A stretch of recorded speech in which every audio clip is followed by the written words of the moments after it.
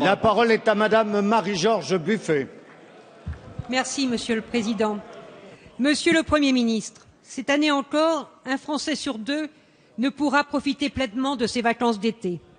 Pourtant, comme le souligne le Secours populaire français, pouvoir partir en vacances est l'une des fortes aspirations des familles. Cette parenthèse simple dans la vie, certaines cherchent à la préserver, quitte à la raccourcir face à la violence de la crise économique. D'autres en sont privés. Ainsi, les ouvriers et les chômeurs, les familles monoparentales sont les plus exclus du droit aux vacances. Un droit acquis par le mouvement social et établi par la loi de 1936 à la 5e semaine de congés payés. La précarité, la baisse du pouvoir d'achat des salaires et des allocations, l'augmentation du coût des séjours font que plus de 20% de la population passe tous ses congés à domicile depuis au moins 5 ans, tandis que le nombre de jeunes partant en colonie ne cesse de diminuer. Adultes et enfants sont privés des bénéfices multiples apportés par le dépaysement. Monsieur le Premier ministre, les politiques libérales menées en Europe sont porteuses de graves régressions sociales. La France peut s'y opposer et réouvrir le chemin de la croissance et du progrès social.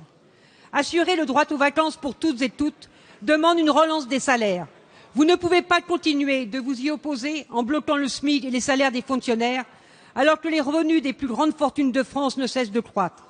Assurer le droit aux vacances demande que les communes et les associations d'éducation populaire disposent, au-delà d'une possible taxe sur l'hôtellerie de luxe, des dotations et subventions nécessaires pour assurer ce droit par leur offre de séjour collectif. Vous ne pouvez pas continuer à baisser ces dépenses publiques utiles aux familles.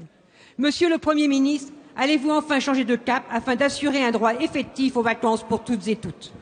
Merci Madame. La parole est à Madame Valérie Fourneron, ministre des Sports, de la Jeunesse, de l'Éducation populaire et de la vie associative. Oui, Monsieur le Président, Mesdames et Messieurs les députés, Madame la Ministre, Marie-Georges Buffet.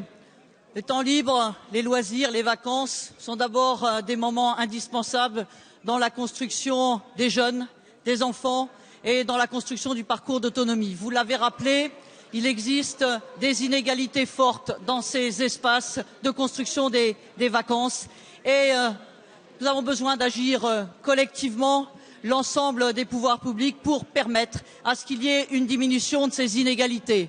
Dans ce cadre, il y a un rôle majeur joué par les accueils collectifs de mineurs. Cet été, vous aurez 30 000 accueils avec hébergement qui accueilleront 1 million de jeunes Français.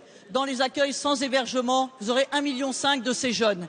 La mobilisation, elle est autour à la fois de la protection des mineurs, de la qualité éducative et de la mixité sociale. C'est pour ça qu'avec les associations d'éducation populaire, avec les collectivités locales, les comités d'entreprise, nous avons voulu lancer tout un programme autour l'écolo, c'est bon pour grandir. Car il y a aujourd'hui besoin de réinvestir l'ensemble des séjours de vacances. Vous l'avez évoqué, diminution des séjours qui sont classiques, alors que les séjours qui sont thématiques, les accueils de scoutisme et les séjours sans hébergement sont en augmentation.